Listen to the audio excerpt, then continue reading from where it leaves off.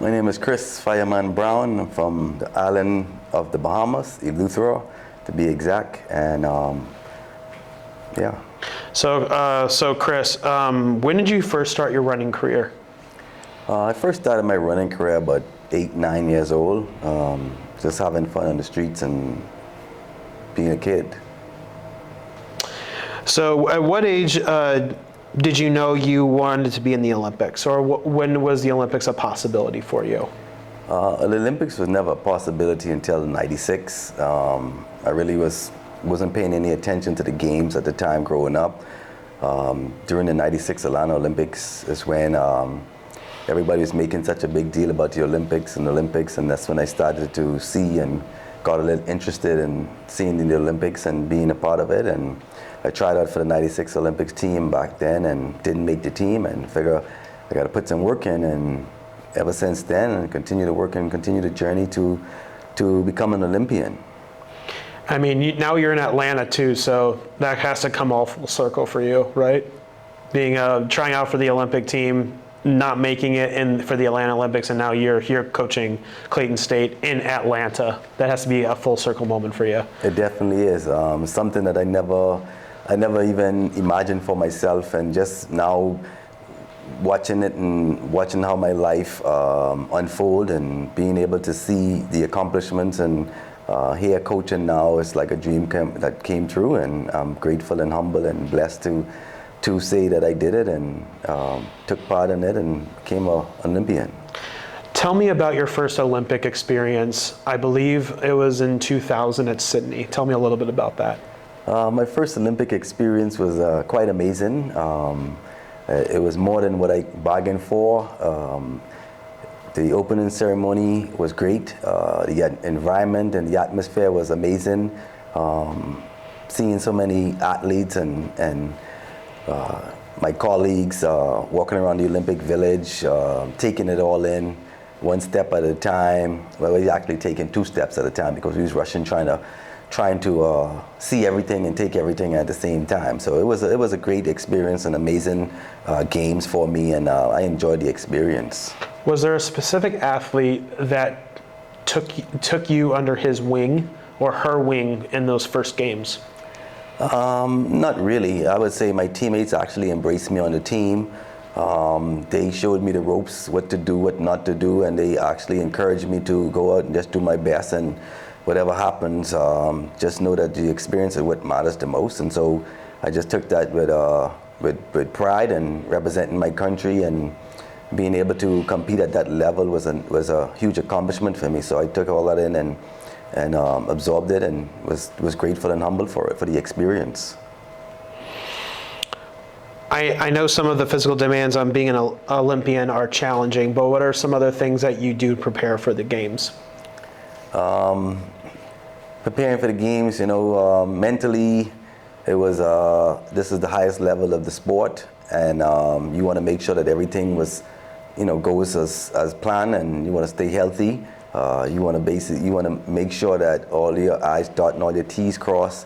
And just being able to go out there and execute the event that you go into represent your country, and then I think that was the biggest part for me, being able to go there and participate, and just mentally being on that stage and that level in front of those thousands and thousands of people on that stage. Tell me about the first time you won your first medal at the Olympic Games. How was the race? Where did you win your first medal? My first crossing the finish line and winning my first medal came actually in Beijing, China. We got the silver medal in the 4x4. It was a huge accomplishment at the time, and it was a lot of work that went into the process, and the journey was forever, because 4 years, it seems like it's right around the corner, but when you're actually competing, 4 years take a long time before it shows back up again. But winning that first Olympic medal was a huge accomplishment, because that is something that not everybody get to say that they're an Olympian and they're Olympic medalist. So accomplishing that medal was huge. It was an exciting moment for me, and it was an exciting moment for my country, because that was the first medal that me and my teammates won at the time, and I was just grateful and happy and excited and ecstatic. You've been all over the world competing. You've competed in Beijing, you've competed in Rio, you've competed in London, you've competed in Sydney. Where is your favorite place that you have competed, and why? Is it the atmosphere? Is it just the people? Is it the just the country and seeing all the sights? Where is your favorite place to compete? Well, I wouldn't say I have a favorite place to compete, but I enjoyed them all, and they all gave a great experience. I would say that I had a great experience, and I would say Sydney, Australia, and Beijing, China was two amazing experiences for me there. One being our first medal in Beijing, and London, I would say 2012, winning the gold medal experience, and the opening ceremony, and the cafeteria, the setup that they had for all of the athletes. The food was amazing, and just being able to indulge in all of that, and meeting new friends at the same time, as well as old friends, and running into rivals, and being able to participate, and just having fun at the same time, and enjoying what you love to do, and being at the high level, competing at that level of competition was a huge accomplishment. You mentioned winning gold in London. You've won bronze a couple times, and you won a silver as well. But the gold has to feel a little bit better winning that in London. Can you tell me just a little bit about that race? What was going through your head when you heard that national anthem with you being number one on the podium with your teammates? Yes, the goal was the goal is the highest. You know, every Olympian, every medalist, they want to achieve that gold medal, and they're not going to be satisfied until they actually accomplish that gold medal. And so, me and my teammates and I dreamt about the moment. I had moments where I felt like it should have happened before, but nothing before its timing. So being able to get that gold medal was that was the icing on the cake. And it was just an amazing feeling, you know, hearing your national anthem play, you know, going after Olympics after Olympics after Olympics, and not being able to accomplish that goal, and getting into London and actually experiencing the moment, and feeling the hair on your arms and the hair on your head in the front of so many people. And also, I was excited for my teammates. You know, some of the guys who I ran with in 2008 were not there in 2012, and so me being able to stick through it and avoid injuries was a huge accomplishment for me, because I felt like we have accomplished the ultimate goal of winning that gold medal, and there's no other feeling that you can actually feel. Anytime you get a bronze or silver medal, you always feel like there's something else out there that needs to be accomplished. There's a work out there that still needs to be done, and you're not going to stop until you get it done. And once you have that feeling, or once you get that taste of a medal, regardless of what color it is, you want to keep going until you get more of it, and you're not going to stop until that gold medal is accomplished. And even when the gold medal is accomplished, you want to get more of the gold. So it's just something that is in athletes, and I think it's something that's in me, that it keeps you hungry, it keeps you humble, it keeps you grounded until you can actually achieve those goals, and then you can celebrate the ultimate victory. What did you learn about you as a person after competing in these Olympic Games? I would say I learned as a person how to stay hungry, staying obedient, listening to the voice inside your head, and trusting your heart, and staying humble. You know, the games teaches you that you have to work for what you want, and it also shows you that it's more than just competition, but it's also building relationship and fostering the rivalry and friendship that you gain throughout the years and experience. It teaches you experience, life learning experience, that life is a journey, and you have to be patient in this journey and to pursue that ultimate goal of winning. So you competed against a bunch of people across the world, but off the top of my head, what I'm thinking about is competing with those Jamaicans and Safa Powell, Usain Bolt. They were in different events, but did you feel in awe about sometimes like racing against those people from like different countries that you see a lot when you were growing up, and competing against just in general? Because it was in the same region. Well, we see each other all year. So for us, we're family, You ride the same transportation sometimes. You're in the same hotel. You're at the same cafeteria. You basically run into each other at the lobby. You're at the same practice track. So for us, seeing another Olympian competing against another Olympian, it was like family, and you see them all the time. So for the average person who don't really get to see those athletes up and close in person, to them it's like, oh, you get to see this person.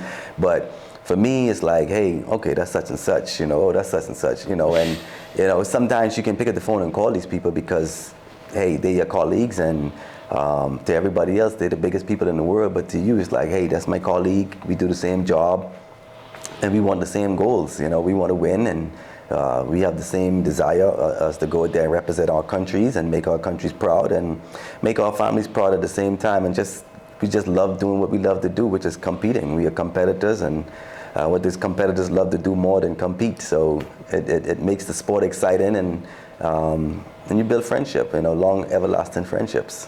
Great, and I mean, you can just take out your phone and probably call Usain Bolt right now if you wanted to.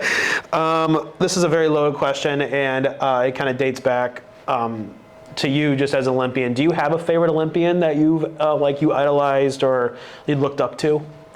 Not really. I idolize myself. I looked at myself as the prime example of what I should be and what I could be and what I would want people to see. And I just try my best to lead by example. I think that every young runner that's coming up, I think they see it differently. They're inspired by someone. I was just on my own mission, and I was just different, so I did it my way, and I wanted to accomplish something that's never been done before, and I think that the Lord blessed me with the talent to be able to do that, and I was able to do it, and I did it with pride and representing my country well, and just being me, who I am. I had fun, and it was a great experience, and it is what it is. You have fun and you do it, and at the end of the day, one day it's going to come to an end, so you might as well take it all in and enjoy the experience.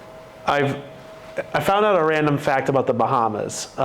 They've only won 16 medals in their country's history, and you have 4 of the 16 medals. That's pretty sweet. That you've won a 4th of the medals. I never looked at it like that. Never even imagined it. 16, 4 of the 16. I think it's a blessing. I think that I'm blessed to be able to just participate in 5 Olympic Games and got 4 Olympic medals, and it's a huge accomplishment, and being able to have a part of history, I take pride, and I'm honored and grateful and just blessed.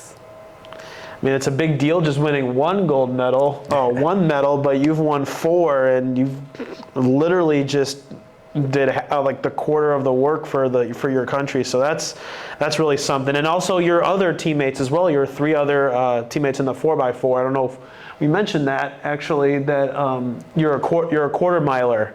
I do have one more question on that. I just thought of. How do you to someone who wants to get into the 400 or wants to get into like those sprinting races, how do you prepare for a race like that, especially at this level? It has to be a little bit different than just a college meet. It is. It's totally different. The mental preparation alone within itself is a lot.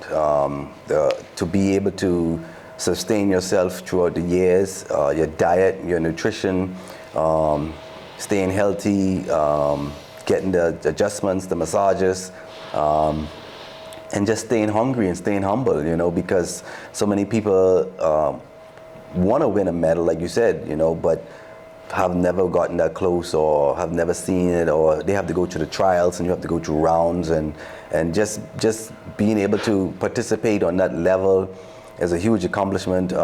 Winning a medal alone, for me, it was like, okay, 1 down, what's next?